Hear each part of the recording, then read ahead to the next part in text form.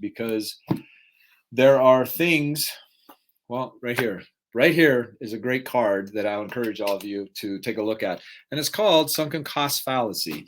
This card is super, super important. And it says you irrationally cling to things that you have already cost you something. So if you have a belief that you believe is what's going to lead you to wherever it is that you want to go, and you've created this belief and you've made investments into finding out what that looks like, the more challenging it's going to be to get out of that, right? Like I've seen marriages that have been in marriages that I wouldn't call a marriage, they're just partnerships or friendships. And because they don't know how, they don't understand sunken cost fallacy, they end up staying in marriages that are not healthy for either one of the people because they don't want to back out of decisions that they've already made, right? And so this is why it's really important to understand what is it that's motivating you to make the decisions that you want to make. I should not be going to that church because they are Freemasons. Then don't go. I mean, don't go. And I don't know this. Freemasons to me, I've never heard that Freemasons don't believe in God because, they've got a lot of practices that I've seen that makes no sense to me because what's the other one I'm trying to think? Freemasons and the Knights Templar, right? Like they're very, very interconnected. And the Knights Templar used to fight for the church. So that doesn't, I don't know, that doesn't make any sense for me. So again, right, you've been going to this church for 15 years, you build a community around it. That's going to impact your decision of being able to leave it. So here's the greatest question. And this is for everybody that's on here, because this has everything to do with what I'm going to be talking about. Advice you need to skyrocket the business and your life, right? Is being able to let go of the things that's impacting your ability to accelerate, right? And so familiarity, like look at the word familiar, family, liar, right? And these are the very things, like we get so comfortable with familiar, and what ends up happening is we create inertia, right? Which is an object at rest or in motion will continue to stay in that state unless something external acts upon it, right? So we start creating inertia and we're not moving, and we get comfortable and we get familiarized with it. But then we want to start stepping outside of that, and then we get to guess what? We get to face our biggest fear, which is being separated from our tribe. This is what causes a lot of entrepreneurs, a lot of successful people to not step into their greatness, is because they have belief systems that has got them to where they're at. And in order for them to get to the next level of where they want to be, they're going to have to start looking at the beliefs that got them there and being able to expand on them. Okay. This is like what I just said there is hugely important in understanding, because what got you here won't get you there. And in order for you to start looking at where is it that you want to go? Okay, so here's the first thing that I'm going to share with everybody. First thing in getting somewhere different, you have to get very clear on where it is that you want to go. Whether it's business, relationship, health, it doesn't matter. Where is it that you want to go? Right? And I ask people that question, and a lot of them will come up with, and I get it, like this has been my journey too. There's no judgment in anything that I say, because everything that I am sharing with everybody is a result of my own journey, right? And when you ask somebody what it is that they want, most of them will come up with what they don't want, right? And they wonder why they keep attracting the things that they're attracting in their life, because your subconscious mind does not know how to make the distinction between what is good and what is bad, right? Excuse me. So where is it that you want to go? What is it that you want to create, right? And then assessing who you are and really and accessing who you are and what is it that's keeping you from being the person that is required to create the outcomes that you want to create. I'm going for Jesus, not for my pastor. Jesus never said that you need a pastor to connect with Jesus, right? And I'm just gonna put that out there. And really, so let me ask you this question. So I got somebody on here that's in this transitional phase, and it's going to support everybody on here, because we live in a time that the greatest time in history for anybody to make a living on their own and be able to create absorbent amount of wealth. We live in a time more possible than any other time in history, right? And so what keeps us from seeing that is because we're taking old programming into new opportunities, right? And so as we're moving from the old programming, right? Like we all been raised by our parents, we've all been raised by systems that have made us believe certain things. Well, when we stepping out into creating something new within our lives, we have to change the programming so that we're able to see opportunity. Opportunity is a reflection of your perception. Your perception is a reflection of what you believe is possible, right? And so being able to, again, it's not what to believe, it's how to believe, right? We have 15-year-olds making mega million dollars on YouTube. Right now, if you go back to the story of Roger Bannister, right, like there was a time that they didn't believe the 4-minute mile. It was impossible for somebody to run the 4-minute mile. They medically proved it. They medically proved it, that they said that you're not able to run because the heart's not going to be able to pump blood enough to sustain a body to create that. Guess what? They did it. And within months, multiple people had broke the 4-minute mile because once somebody saw that it was possible, now they couldn't argue for their excuses, right? And so this gentleman is saying, I'm sorry, I'm assuming you're a gentleman. If you're not, please say so. That you're in a transitional phase in your life, and really being able to pay attention to where are you feeling led, right? And sometimes where we're being led requires us to let go of communities that we have developed, right? And this gets to be the opportunity, right? And so the question that I would ask people, I'm going to share, like, this is one of the most powerful tools that I could ever share with any of you. I'm going to show you and tell you how to be fearless, right? Like, how many of you would like to learn how to be fearless in any area of your life? How many of you would like to be fearless, right? And so are you a male or female? I'm 63 years old. My name is TJ. TJ, it's great to meet you. I'm assuming that you're a male, okay? And Lake Michigan rocks. I've been there many, many times. Thank you for sharing that. So what is it? What does it mean to be fearless? Like, how many of you would like to know how to never have fear in your life again? Now, let me rephrase that. How to move through fear, because fear is required for you to have courage. It's good to meet you, TJ. Appreciate you being here. Fear is required, or courage, excuse me. Fear is required for us to experience courage. You cannot have courage without moving through fear.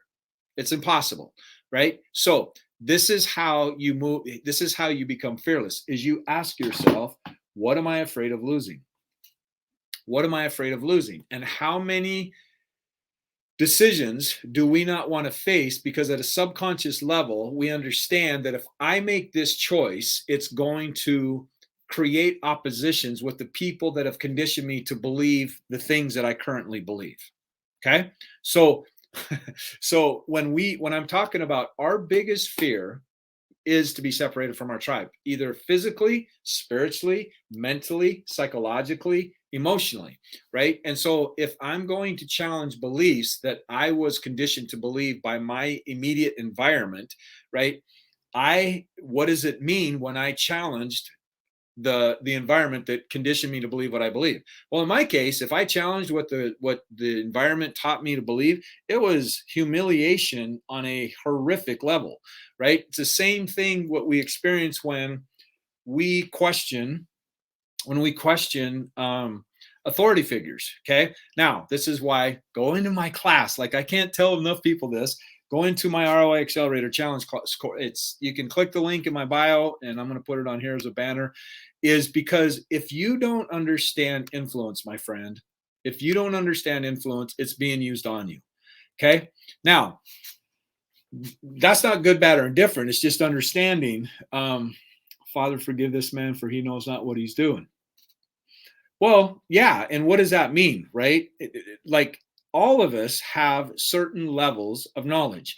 And if I don't have a certain level of knowledge and somebody else does, that means that they can impact me and I wouldn't even be aware of it, right? Like, effective seduction is not recognized. And by the way, this is how darkness works. This is how the adversary works, is that people choose to be ignorant. They choose to be ignorant. They don't choose to understand what is it that has really caused them to believe what they believe, right? They just take on somebody else's word that somebody taught them, and they don't do their own research. And then they wonder why, how did I end up over here? And everybody, not everybody else, but a lot of other people are expanding in their life and having incredible things happen. It's because we don't challenge our beliefs, right? We just, and see, it's not about what to believe, right? It's about expanding beliefs, right? So you have a phone.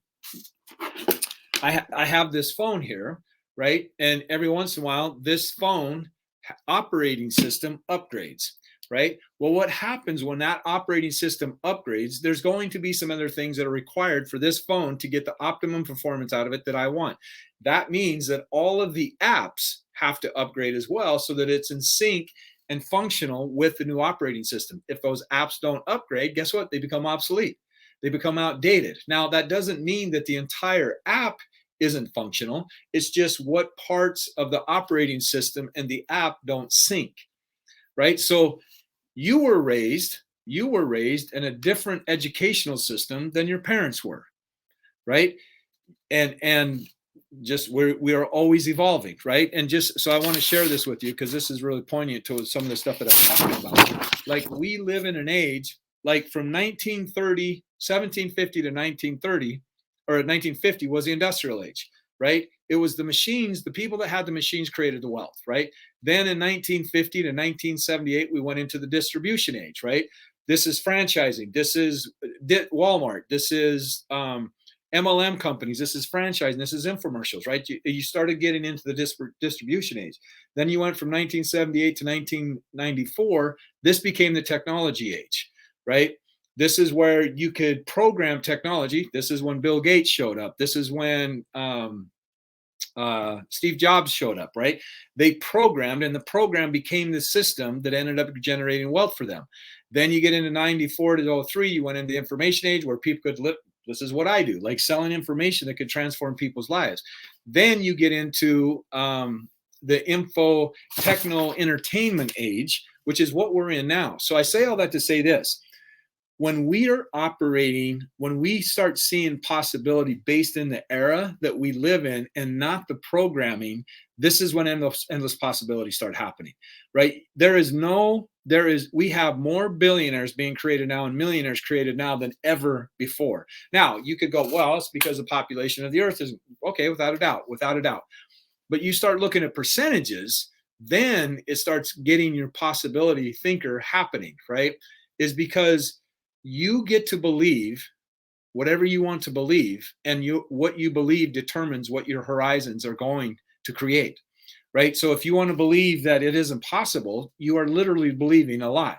There's all kinds of people out there that have created absorbent amount and it's not about money, it's about wealth. To me, wealth is about being able to make an impact. Wealth is about living your life the way you want it, when you want, with who you want, where you want, when you want.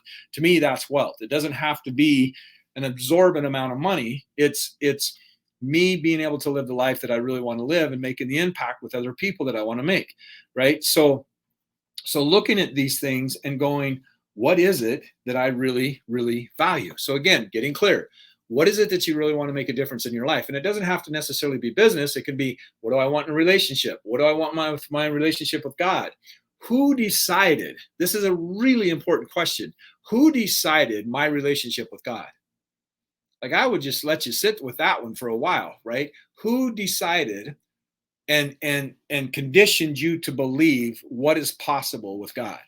And what work have you done with yourself and spent time with God and really allowed yourself to have that dialogue and being able to let go of the things that keep you from standing in a deeper relationship with God?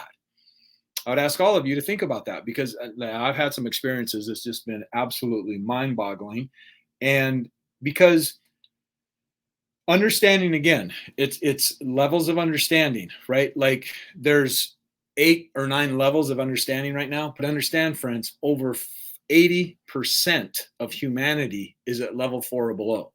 Now, it's not hierarchy, it's holarchy. It's being able to, the bandwidth of what you're be able to access to determine what it is that you perceive in your awareness, right? So when I'm talking about this is understanding, we have had things happen within the evolution of humanity that we are dragging the past into trying to keep it alive to create new things. And this is what's created. Most religion is at level 4, right? And the systems, the book, the employee handbook, all of this stuff was in with level 4, right? And when somebody starts to go outside of that, they're going to get kickback, because it's just like the old question, the statement about how you keep crabs is you can't just throw a crab in the bucket because it'll climb out. How you keep a crab in a bucket is you catch two. When the one tries to climb out, the other one's going to pull it back down, right? And that's what happens when we have been raised in a community. Think of the word community, common unity, right? And if you start questioning what the commonality of that unity is, it's going to bring up things within yourself, and then you can start asking yourself, what is most important to me? And am I getting by to get along, right? And friends, I'll tell you, like, some of my biggest challenges has been me. Nina Bella is in the house. It's good to see you, Nina. Some of my biggest challenges has been being willing to let go of the tribe in order for me to find out new possibilities within myself. Because, friends, understand that when you're in a community or in a tribe, everybody has an investment into how that entanglement, if you will, of that relationship is, right? And I've seen this so many times with so many people. So say you get a business opportunity, okay? And you go out and you share your business opportunity with everybody, but guess who you're going to go share it with? And say that you're just getting in this arena, right? You're going to go out there and share this with all your friends, and your friends are at the same financial status that you are. Well, they're going to run it through all their filters, and right away they're going to have resistance, because some is you're not convinced yet. You're not 100% sold on this idea, so that you're going to go into your tribe where you're going to want support, and they're not going to see it the way you've seen it, and they're going to shut it down. Like, I can't tell you how many times I've seen people go take financial advice from people that are at the same financial level as them, right? If you want to expand any area of your life, you go talk to people that are more expanded in it, in whatever area you want to expand it in, right? And so this has to do with, like, how you believe God sees you is a reflection of how you see you. Now, for some of you, that's gonna bring up lots of interesting things, right? But how and why is that important is because that's also how you're believing other people are going to see you, is a reflection of how you see you. How do you hold the possibility of what you believe is not accurate or aligned with what it is that you really want to create? How do you hold that space? And see, for me, I love being wrong. I love being wrong. Okay. Now, it doesn't mean I go out and, hey, I'm wrong and all that stuff, but I understand that if I'm saying something that's not wrong, then I'm going to discover something that's going to bring out more of my truth. Right. And sometimes it's not much fun. Right. And so it's always an opportunity for us to go through the initiation that we get to go through in order for us to experience new things within ourselves, right? Pain is a great motivator. It's far more motivating than pleasure, right? And if I want to create certain things within my life, I have to be willing to take certain risks, right? And we have been so indoctrinated by the system that if you are incorrect, then you are humiliated. Like, I used to get my test scores put up on the wall, big red F, right? Or if I didn't get one, I saw somebody else get a big F, right? And everybody humiliated that person that got the F. So we were conditioned not to fail, right? Then we have this whole thing, and I know this is probably going to trigger some of you, but my intention is to get you to just think about some things, right? Is then we get into this participation thing where everybody gets a participation trophy. I totally support everybody needs to be acknowledged for their efforts, without a doubt, right?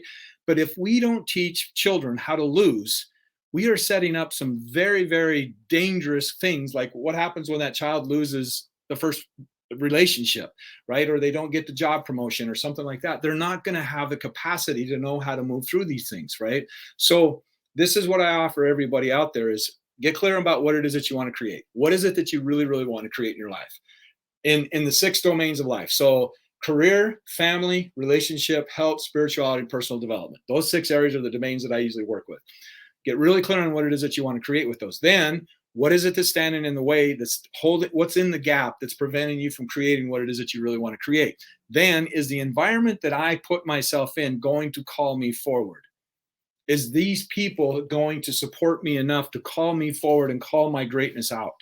Right? Because, yeah, this has probably been one of the biggest things that has supported me. And and we all hear this whole thing about vibration, and we're energetic beings and all that stuff, right? But until you start living and stretching that boundary of who you really are, this is where you start really experiencing, and it moves from knowledge to understanding to wisdom, right? And when it becomes wisdom, now it's an integrated part of who you truly are, right? And we have things that we can access. We have the evidence of what we've been able to move through, right? And then we're able to trust ourselves to take bigger risks and put our heart out there. Yes, we need accountability partners. Yes, we got a Jeff Bezos. Man, I'm just so flattered by that. Thank you so much. I appreciate that.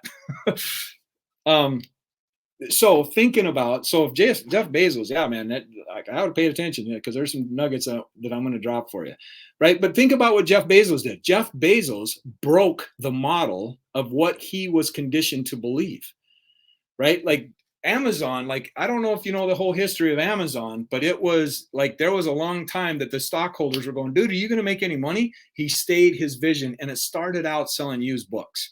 And now look at it. Now look at who Jeff Bezos created.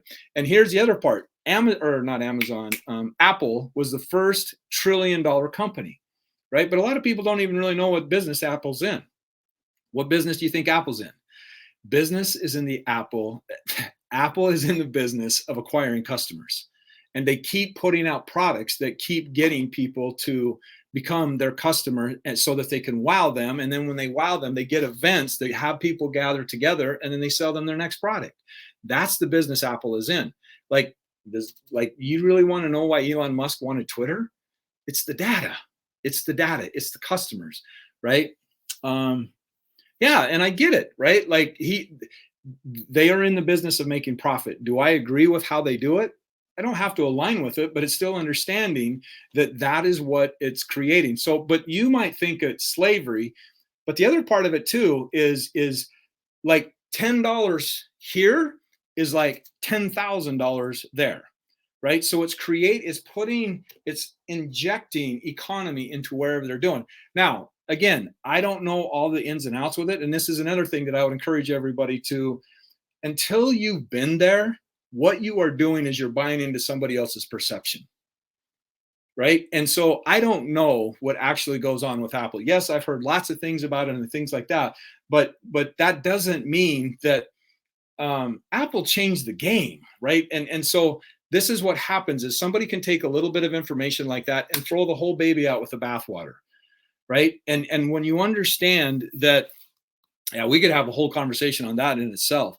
But understanding that there is good in the worst and there is bad in the best, right? And how we hold that is going to determine where we see the opportunity, right? Sorry, April, I didn't mean to. Yeah. So, but yeah, just think about that. And there are lots of things that we can learn from people out there. If we, like Hitler, right? Like Hitler, what Hitler created was like, he almost took over this world.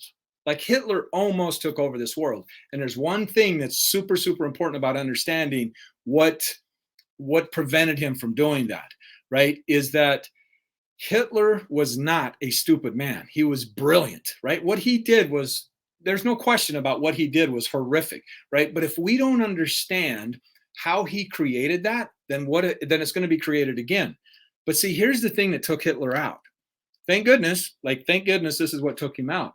He would execute anybody that brought him negative feedback, right? So think about like his history. He got kicked out of art school. He wanted to be an artist. He got kicked out of art school. So he doesn't handle rejection really well. So he has all kinds of insecurities. Somebody brings him negative feedback. He immediately gets triggered. So what better way to make it so that I never get triggered again is just kill the person that brings it to me.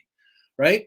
Well, that ends up causing some major issues because we're not getting authentic feedback, right? It's very skewed and good. Thank goodness that that's what ended up happening. Um, um, I don't give that a lot of thought. Yes, do I think that there's people running this world that we don't understand and that we are being fed stuff but I got to be careful on saying that because I don't want to get my life shut down again. And it happened already, right? There's a lot of things going on that a lot of people don't know. Absolutely. 100% get behind that for sure. And understanding, like I would encourage everybody to start read the books propaganda. Like it's really important because the number one, the most valuable commodity out there is your attention. Your attention. And they're doing all they can to keep your attention. And if they can keep you angry and they can keep you afraid, then they control how you can behave. Right. It's just like these last couple, like this last election was a great example of that. COVID, all of this stuff was a great example. Like clearing out a whole department stores of toilet paper. Wow, that's interesting. All it is reflecting is that they can control people's behavior. That's all it reflects, right? So the more you can take control of your inner world and be aligned with your truth and what it is that you really want to make happen, the more liberated you're going to be because you're going to be able to trust yourself instead of reacting. They want you to react. So, yeah, what is it that you want? What's standing in the way? And then what's your environment? Like environment is more powerful than your willpower, right? And we're homeostasis. So we are going to balance out to what our environment, from the environment that we put ourselves in. So you want to put yourself in an environment that calls you forward, right? That's how great things happen. You start hanging out with bigger thinkers, man. It's like I love that. If you're the smartest person in the room, you're in the wrong room. And like I can't emphasize that enough. So I encourage everyone that's watching this, and I appreciate you supporting me. I can't, like, there's so much more that I want to share. Get over to the ROIacceleratorchallenge.com and be a part of the team that's going on over there. There's people creating amazing things over there. People are being liberated and transformed at a level I didn't even like. It's pretty incredible. So I would love to meet all of you over there and do what I can to support you in creating the life that you truly desire. Okay. I appreciate each and every one of you showing up. It means the world to me. I appreciate you sharing your valuable time with me. And have a great evening. And I will see you. Probably Thursday. Until then, my friend, much love, be blessed, and as always, live like your life depends on it. Because it does. Take care, everybody.